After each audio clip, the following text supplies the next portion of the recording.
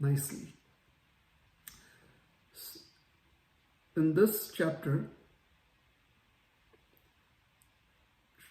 Srila Narada Muni is going to explain the story of King Puranjan.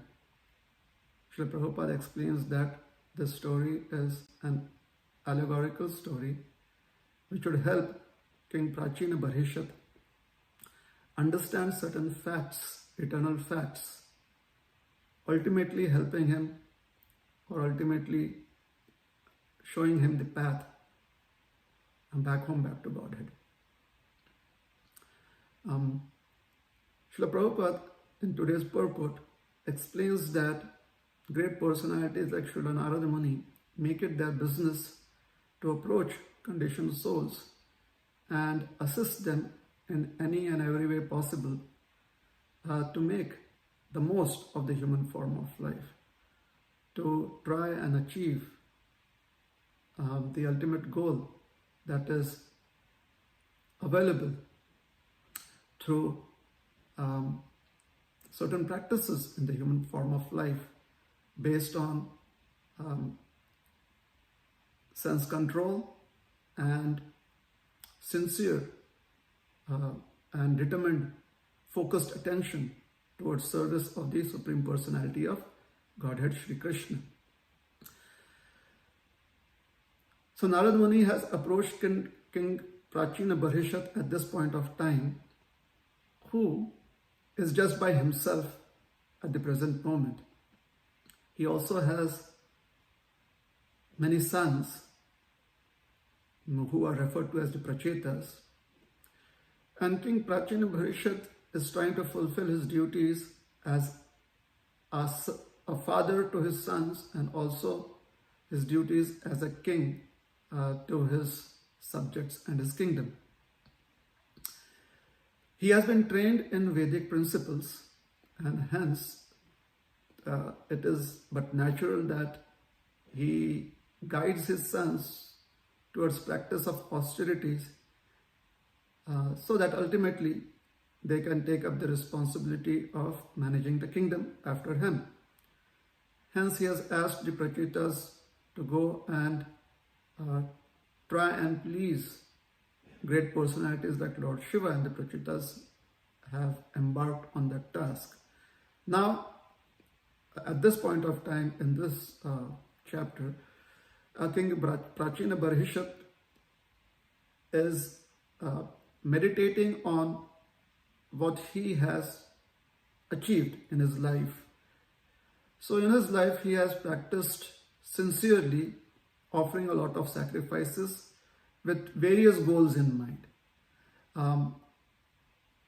For a period of time, the practice of offering of sacrifices has,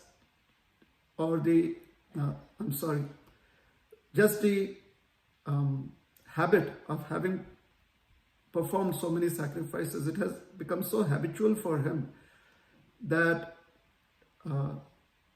over the past few sacrifices, he is not even very much interested in the goal of those sacrifices. He's just completely immersed in performing one fire sacrifice after another, one yajna after another. And he's very much into it. However, in between two yajnas, he has a break. And in this break, fortunately for him, in this particular break between two yajnas, two fire sacrifices, fortunately for him, he is approached by Sri Narada Muni. Srila Prabhupada describes Narada Muni as one of the best spiritual masters, or one amongst the best. And he describes him as someone who is Tattva Gyani, someone who is very well versed in scriptures. Narada Adhyatma Tattvagya Kripalo Pratyabodhayat. Because Narada Muni he has trained himself, or he is blessed with certain abilities, he finds it very easy to pratyabodhaya, to be able to have a conversation of immense importance, a conversation with a lot of meaning with another individual. Pratyabodhayat. And why does he want to have a conversation? Why does he want to share certain secrets, certain principles that he has realized in his life, or share the blessings that he has received in his life? Why does he want to do so? Kripaluhu, because he is extremely compassionate. Kripalu is extremely kind. He actually finds it easy to identify with others' needs and to be able to offer solutions which may help another person. So, Kripalu, that is one of his beautiful qualities of Narada Muni. And where does this compassion come from? This compassion is deeply rooted in his understanding of Tattva Jnana, his understanding of spiritual principles. Specifically, that there is one absolute truth. The one absolute truth has expanded into his unlimited parts and parcels, and through such expansion, the one absolute truth is engaged in amazing, fulfilling, reciprocal interactions of love with his own parts and parcels, the living entities. So the one absolute truth is Krishna, the all-attractive, and the unlimited parts and parcels are the individual living entities with whom Krishna has wonderful interactions of reciprocal love. And when the living entities find satisfaction in the glory of such loving interactions, then the living entities actually live by the very principle of their existence, Satchidanandmai, the principle of being always blissful in knowledge and in eternity. At the same time, the Supreme Lord Krishna also accepts the loving reciprocation or the loving service offered to by his parts and parcels. So these are certain aspects, or these are very important principles of spirituality as explained in the Vedas, the ancient books of wisdom that have existed since the beginning of time itself, since the time the creation came into being. So Narada, the very name Narada is also explained in the scriptures, and in one lecture Srila Prabhupada explains that Narayana Dadati iti Narada. Somebody who can, Narada is that great personality who can very easily help us be connected with Lord Narayan, with Lord Krishna. So Narada had offered this immense benefit to one of the descendants of Lord Brahma, in whose lineage comes Swayambhuva Manu, and then there is King Uttanapad and his son Dhruva Maharaj. So Narada Muni has been the spiritual guide, or is the spiritual guide of Dhruva Maharaj, an exalted personality, very well known by those who follow the Vedic principles. In the lineage of Dhruva Maharaj and his brother Uttama is the mention of this great King Prachina Barhishat. So maybe there is a possibility that since Narada Muni, as a wonderful guide, friend, philosopher, the spiritual master of Dhruva Maharaj, he has affection for Dhruva Maharaj, and hence when he sees one of his descendants, King Prachina Barhishat, who is very was very a gentleman at heart, a very compassionate person, a dedicated king. He finds him to be a good recipient for receiving the same mercy as was received by his ancestor Dhruva Maharaj. Dhruva Maharaj had also tried to approach the Supreme Lord with certain material ambitions. And finally, he was convinced that all such material ambitions are simply like broken pieces of glass. The achievements of pursuing such materialistic goals are like broken pieces of glass, whereas having achieved the shelter of the lotus feet of the Supreme Personality of Godhead, Sri Krishna, is a rare diamond. Sthana bhilashi tapaso tatonyam. He had gone to and approached the Supreme Lord for some sthana bhilashi, with the intense desire to receive a kingdom greater than his great-grandfather, Lord Brahma himself. And then Kacham vichinvanapi divya ratnam swamin kritarthosmi varam nayache. So the Supreme Lord, the audience of the Supreme Personality of Godhead, which is so difficult to be achieved by great demigods themselves, the Devatas, was achieved by him. And the Hari Bhakti Shuddhodaya states that that is when he thought that, or he realized that Kacham vichinvan, these are just broken pieces of glasses, all this materialistic ambitions and the achievement of those ambitions are like broken pieces of glass. So similarly, we see here that King Prachina Barishad, who is one of his descendants, is in retrospect, we can see the connection that he is in kind of a similar situation where he has, through the Vedic processes, fueled materialistic ambitions, and he's gotten used to it. However, he is not very satisfied with that. And this point is being explained by Srila Prabhupada in the first paragraph of his purport. That try as we might, whether the activities are beneficial for the living entities and for oneself in this material world, or they are antagonistic to the living entities, or even antagonistic to oneself.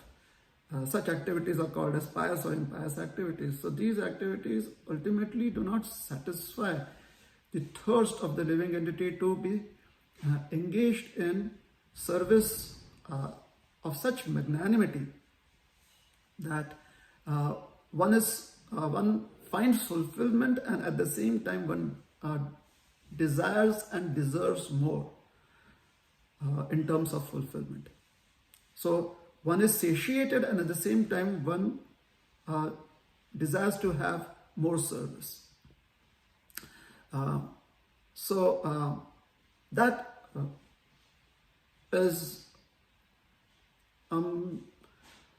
such a state of existence of eternal satiation, wanting more, can only be possible through devotional service, through serving Krishna and Krishna's paraphernalia, and finding the happiness that is there within, the satisfaction that is there within such service. So Srila Prabhupada says, during his time when Srila Prabhupada was on the planet, he saw what was happening around him in society, especially when, as an old man or at an elderly age, he had come to the Western world. At his time, the Western world was very much advanced in all forms of material happiness, and he could still see that people aren't happy, and Prabhupada felt compassion for them. Sometimes devotees expressed that how Prabhupada made hippies into happies. So Prabhupada had this compassion, Kripaluhu, uh, this real desire to see them, all of them being happy. So you could see that they were being frustrated with all of their attempts at being happy, and therefore Srila Prabhupada put it down in his purport too. Today, about 60 years since Prabhupada put it in his purport, it still makes sense. We still see that the Western world has advanced in so many ways in trying to find material means of happiness. And today, not just the Western world, even in the East, people have figured out how they can use the resources of this world to try and seek material happiness. Unfortunately, even the materialists realize that something is missing. There is no the happiness is not uninterrupted. The happiness has a beginning and an end, and then once it has an end, you have to start all over again. And essentially, a lot of them, if not all of them, a lot of us, if not all of us, essentially in such pursuit, accept this realization, if we are humble enough, that this is not going anywhere. So then we seek a better route out of this life.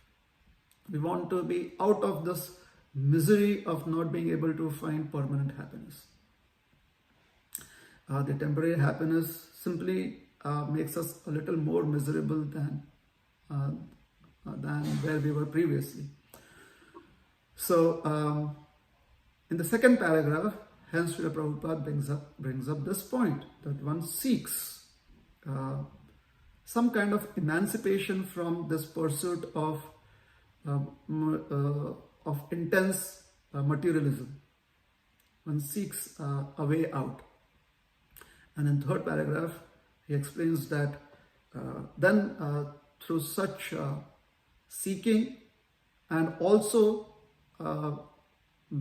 by the grace of great personalities who are looking out for such people, who are wanting to connect with such people, by both of their endeavors, a beautiful option is available. The option of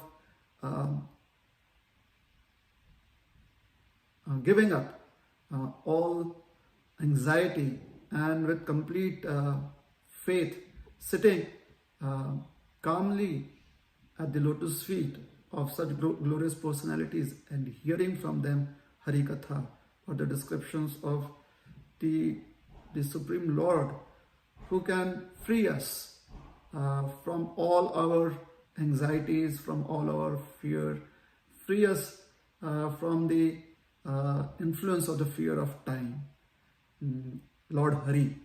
And therefore, such descriptions are called as Hari Katha. Srila Prabhupada mentions or refers to this quest that all of us have by pointing out to a verse from the first canto. He uses a part of that verse, that shloka, and he mentions it in the purport. Jivasya tattva jignyasa nartho yas cheha karma bhihi. So in this verse, Srila Vyasadeva, who is noting down the words spoken by Shukadeva Goswami, he explains a very, very interesting scenario, a very, very interesting principle of life. He says, Kamasya nendriya priti labho jiveta yavata. Kamasya, the endeavor of kama asya, of one's endeavor to try and satisfy the senses because of so many aspirations or pushings. So kamasya Na indriya priti, such pushings which make us use our senses to pursue sense objects are not meant to satisfy the senses. Na indriya priti, it is not meant for making the senses happy. And what are these pushings meant for? Labho jiveta yavata. Essentially, these senses and their pushings are meant for us to do all that is the minimum requirements to keep our body and soul together. Labha jiveta yavata. Just so that we can sustain our existence as a human being. We can sustain our existence in this human form of life.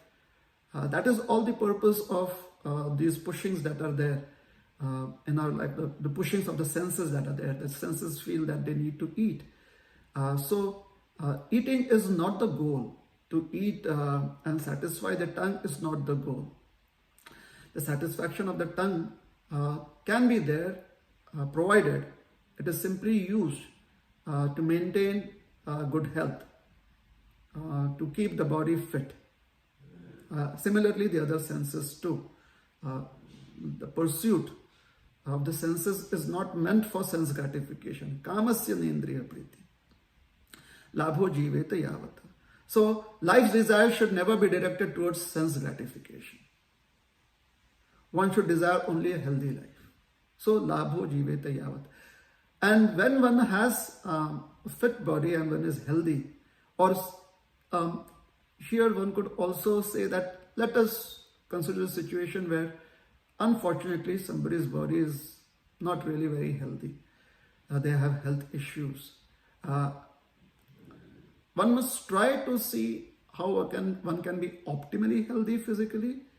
But let us consider that someone, just because of certain circumstances, does not have optimal health, physical health. However, one must always have the best of mental health. Physical health may depend upon circumstances. Mental health is simply an expression of one's determination. External circumstances can influence physical health. Mental health, only when we offer our mind to some other existence, that is when our mental health suffers. However, if we are careful enough to keep our mind fit, which is individual endeavor, completely individual endeavor, then even if there are physical challenges, there is a possibility that one can be fit on the mental platform. So, labho jiveta yavata would mean healthy physically as well as mentally, as well as on the mental platform. The mind is healthy too.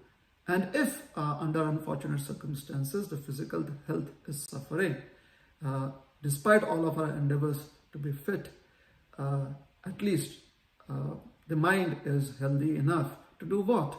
Jivasya tattva jigyasa. So there is one person that has a healthy body and a healthy mind, and there is another person whose physical health is not quite good, but on the mental platform, on the level of the mind, they are very healthy.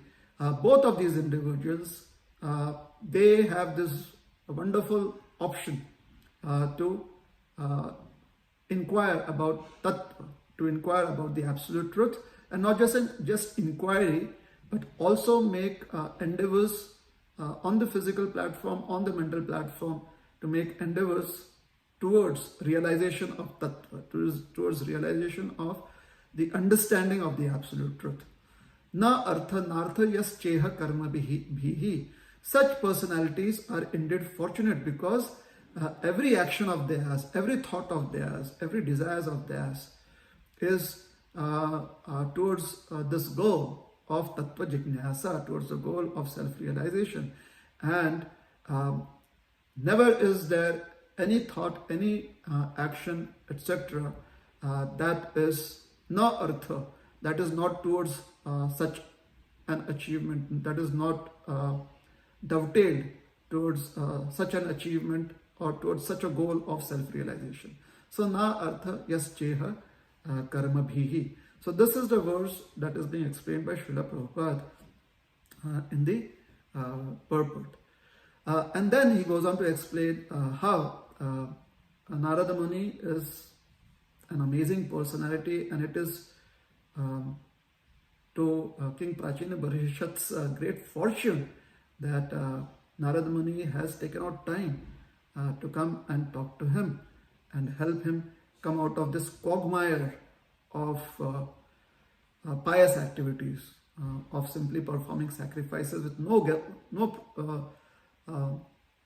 eternal goal in the picture. In the Chaitanya Charitamrita, the very nature of such great personalities has been explained by Krishnadas Kaviraj Goswami. Krishnadas Kaviraj Goswami describes the meeting between the governor of the Madras province, South India, Sri Ramananda Rai, with the Supreme Personality of Godhead, Sri Chaitanya Mahaprabhu. And during this interaction, Ramananda Rai expresses his gratitude towards Chaitanya Mahaprabhu. He says, Mahanta Swabhava Ei Tarita Pamora. Mahanta Swabhava Ei. The greatness of Mahanta, the saintly personalities, or Swabhava. Bhava is expression of one's emotions. Swabhava is the inherent expression of one's emotions or one's inherent nature.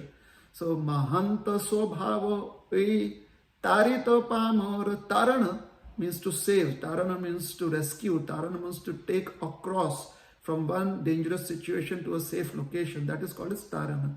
So Mahanta Swabhava Ei Tarite Pamora. Pamara, people in distress, unfortunate people, people, or when we sometimes refer to such a situation as saying a fallen state of existence. So Mahanta Swabhava Ei Tarita Pamora. It is the eternal practice of all saintly people to deliver the fallen. Nija kare nahi tabu yano tara ghara. Nija kare nahi tabu yano tara ghara. So tara, their ghara, houses or residence, or there where they exist. Tara ghara, whose house, whose residence, whose places of existence? The pamara. Those who need their assistance, those for whom they feel compassion, those who would really benefit from their association, such pamara. So the great saintly personalities, their practice is to deliver the fallen, but do they stay in their own lair? Do they stay in their own places of meditation and practice, waiting for the fallen to come to them? Maybe. However, they also make endeavors to go out. How? Taraghara, Yana. They go to their places of residence, the places of residence of such fallen people, of such needy people, those who really need help to come out of their misery of material existence. So, Yana Taraghara, Nijyokarya Nahi Tabu. So, there such visitation of saintly people to the houses of these needy is not for their personal gratification. It is not nijakarya. It is not for their to fulfill their personal goals, because they have no personal goals. They are completely absorbed in Krishna consciousness, and absorption in Krishna consciousness simply means that one's goals have totally aligned with the goals that Krishna finds befitting for all living entities. And what is the goal that Krishna finds befitting for all living entities? That the living entities can simply be satisfied serving Krishna. So the Mahanta, the saintly personalities, their goals are non-different from Krishna's goals. In fact, they do not have any separate agenda at all. Their agenda is simply accepting Krishna's agenda. That is it. Hence, Nijo Karja, they do not have any personal goals. They do not have the translation, Srila Prabhupada's, the translation to this verse in Chaitanya Charitamrita, the English translation, he says, they have no personal business there. Nijo Karya Nahi Tabu, Yana Taragar. Still they go to their houses because they reach out. They may either feel that the needy people may not be able to approach them, hence they reach out, or just because they are made up of kripa, mercy, which is just the kanti, it is the blessings that they have received from Krishna, being so merciful. So just out of their mercy, they may visit the homes of such needy people. So Mahanta Swabhavae Tarita Pamoro Nijo Karja Nahi Tabu Jana Tara Ghora. It is a general practice of all saintly people to deliver the fallen. Therefore they go to people's houses, although they have no personal business there. So this is the greatness of great saintly personalities like Srila Narada Muni. So it is 6:40 right now. If it is all right, I would like to stop here and ask for any comments or any corrections. Hare Krishna. Question. I have a question. It's a practical question. I'm really always trying to figure out how to make spiritual life work in the world that we live in. And it seems like even in our ISKCON society, you're a doctor, right? You have some qualification as a medical doctor. And in our movement, especially amongst my God brothers and God sisters, because we're older, we can't be less than 70 years old, really. It's not possible because Prabhupada wasn't available to us before then. So all of us are getting older. And it seems like in general we have permission from the assembly of devotees to have physical issues. And you talked about how we need, the physical issues are not as problematic as mental issues or emotional issues. And yet also with old age, those seem to come also more frequently. And I almost sense that you spoke about the mental as being separated from the physical, but it's not always so. There's definitely a link between them. And then the nature of our society has changed. Our nature of our society in relation to the outside society has changed, because when I joined the Hare Krishna movement, everybody had ashrams. Men and women, anyone who joined would live in an ashram for at least some period of time. But now that's at least for females, it's very difficult to find an ashram. Even for men, living in an ashram is not always available to everybody. You have the great fortune of having such a facility, but many people don't have that facility. And so the pressures of living outside and having to work, etc., make a living, are more and more difficult as one gets older. And so it causes mental stress, and a lot of devotees, a lot of my God brothers and God sisters have emotional and mental issues. Not only because of what happens outside, but even what happens inside ISKCON.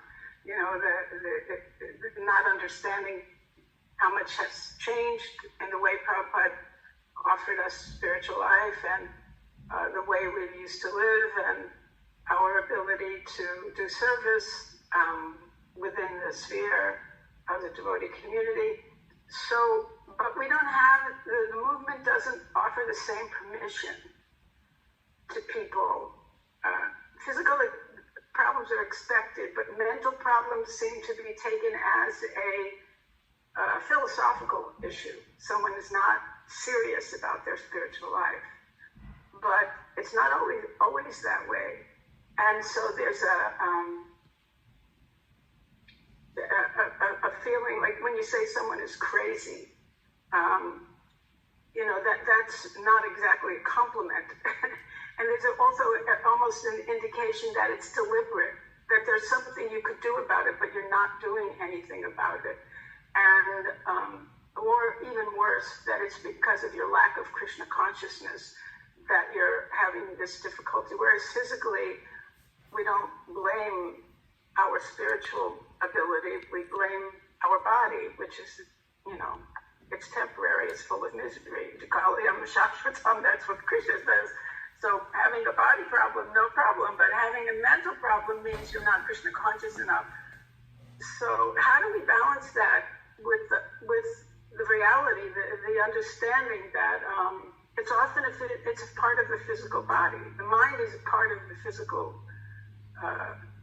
apparatus that we have, and sometimes it doesn't work the way we want it to when we get older.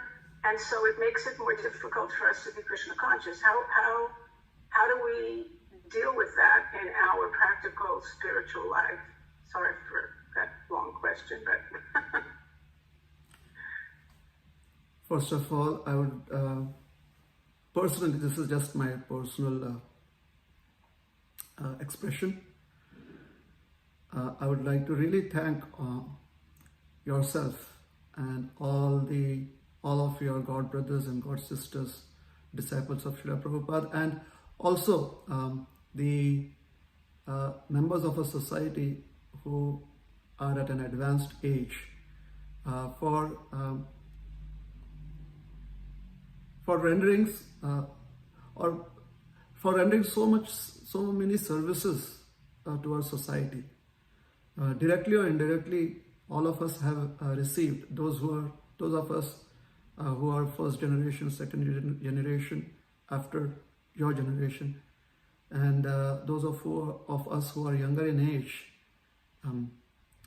we are really benefited just by all of your realizations and also your hard work and so much endeavor that all of you have put in to make it easier for the younger generations to live life. So I really want to thank you and your generation, both as disciples of Srila Prabhupada and those who are after that generation of Srila Prabhupada's disciples, all of them. I'm grateful. This is just my personal experience as a human being. I'm grateful for all that has been created by your generation. It has made life a little more simpler for us. So thank you very much. Now, coming to certain points that you raised, please forgive me if I have sounded harsh in making that distinction between the physical body and the mind. I should have been a little more careful. Maybe my intent wasn't that, and thank you for giving me an opportunity to express what was my intent. Yes, I have received material education in the field of medicine. There is a certain understanding in the field of medicine which can be considered to be in coherence with philosophy too, especially where in the field of medicine we try to deal with the issues of the mind. It's called, the mind is the psyche. That is how they address the mind in medicine, and various terminologies that comes from psyche.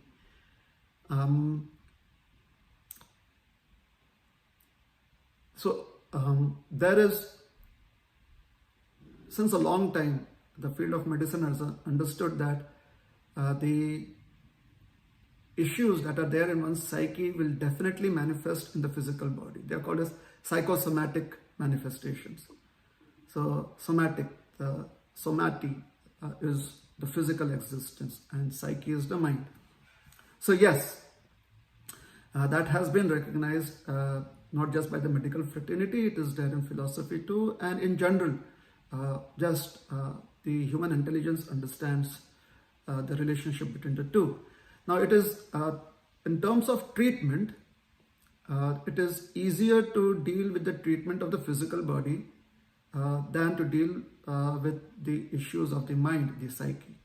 The reason being, we just have physical senses to deal with whatever challenges we have.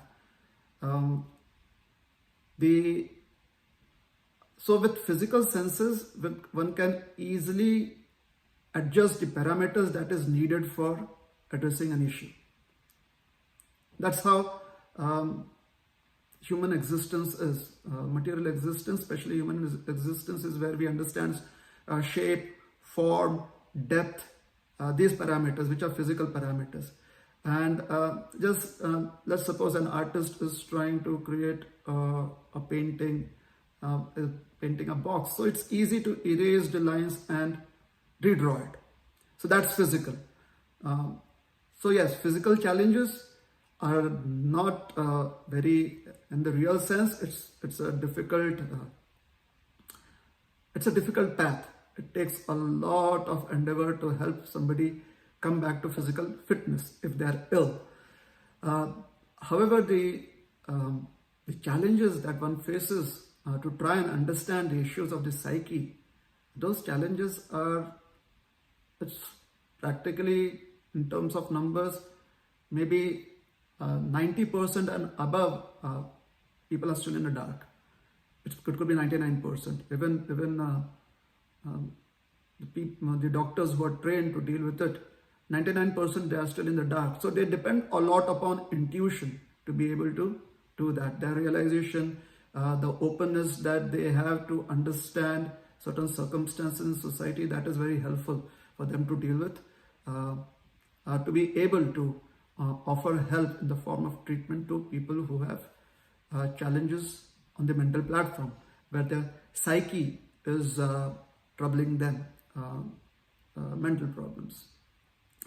Now, it's very difficult to define mental problems because the parameters there are very, very blurred. So, a certain definition of mental issues could be completely void in another time, place, or circumstance. So that's the challenge. Nonetheless, as humans, we do try to address those challenges because we have the potential to do it. And philosophy, having a philosophical approach, has been found to be very, very helpful, especially if philosophy is connected with religious practices of religion, where the essence is of where the religious practice is based on, or the religious principles are based on service through feeling the effect of being compassionate and kind, both in receiving and in giving. If one is compassionate to oneself, then one can receive. And similarly, if one is compassionate towards others, then one can give. So philosophy and religious practices, or practices of religion based on philosophy, which are having these certain cardinal principles of service, which is inspired by compassion both for others and especially for oneself, helps one to address the challenges that are on the platform of the mind. Okay, all right, maybe I won't take it that way. So can I stop here? Is that all right? It's okay. I have read in Srimad Bhagavatam as well as Mahabharata, that a civilized society, the leadership, and I'm sure Pachini Bhai is such a person on one level,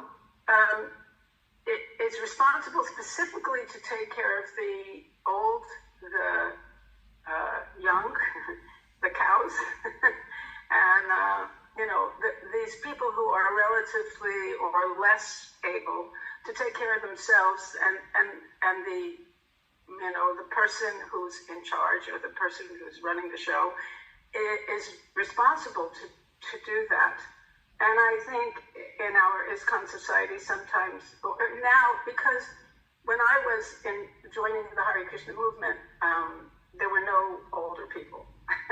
I think Jayananda Prabhu was probably the oldest person. Aside from Prabhupada, he was the only adult. Everyone else was children, basically. And so we didn't have that problem. And everybody could just live it, in the ashram and no sweat. But now it's not the case anymore. And so finding the ability, finding the wherewithal, or even the desire to properly manage the lives of people and help people and not judge people, but rather be compassionate towards those people is, it seems to be something that our younger generation doesn't have time for. We're so concerned with bringing new people in and going from bringing them up that the people that have been involved, they're sometimes 50, almost 60 years, we don't so much have time for them. It's a little bit of a dilemma, I think. So, it's something that's obviously on my mind, but it's something that a lot of people are talking about, and there's been, but it seems like in this case, because we're talking about Pachini Bari, we're talking about the responsibilities of a leader, and it comes up in the Bhagavad Gita as well, or in the Bhagavatam especially, where Yudhisthira is having to take over, after the battle of Kurukshetra is over, and he's in so much anxiety having to take care of the people who are really dependent now. Their families have been broken by the war, and he almost thinks, I don't want to do it. I'm just going to go to the forest and perform austerities. But Bhishma convinces him otherwise.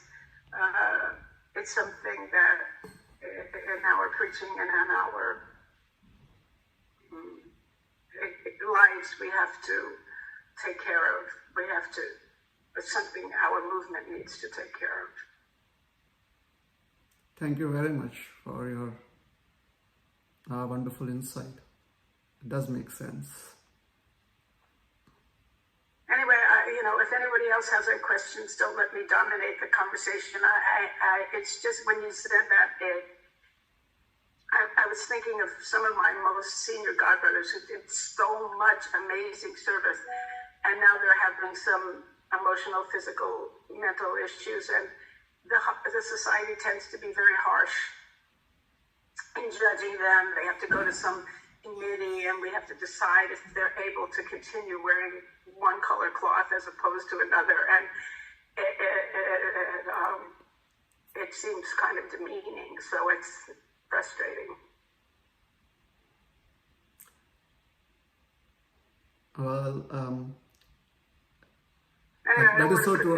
I agree with you, and I think having open conversations could help see if there could be some resolution to it as early as possible. Okay. Anybody else have any questions or comments? Sorry. Everybody's silent now. All right. Well, now it's 7 o'clock, so our time is up. I hope to hear from you more. All glories to your service. Thank you so much. Thank you so Thank much. you for joining us to take your detour from Toronto to Montreal to park in this little corner of the world so far away from the birthplace of Chaitanya Mahaprabhu. Vanchakalpata Vishcha Kripa Sindhya Chapatitanam Pavanebhyo Vaishnavebhyo Namo Namaha Ananta Koti Vaishnava Vrinda Ki Jai. Hare Krishna. Hare Krishna. Srila Prabhupada ki jai.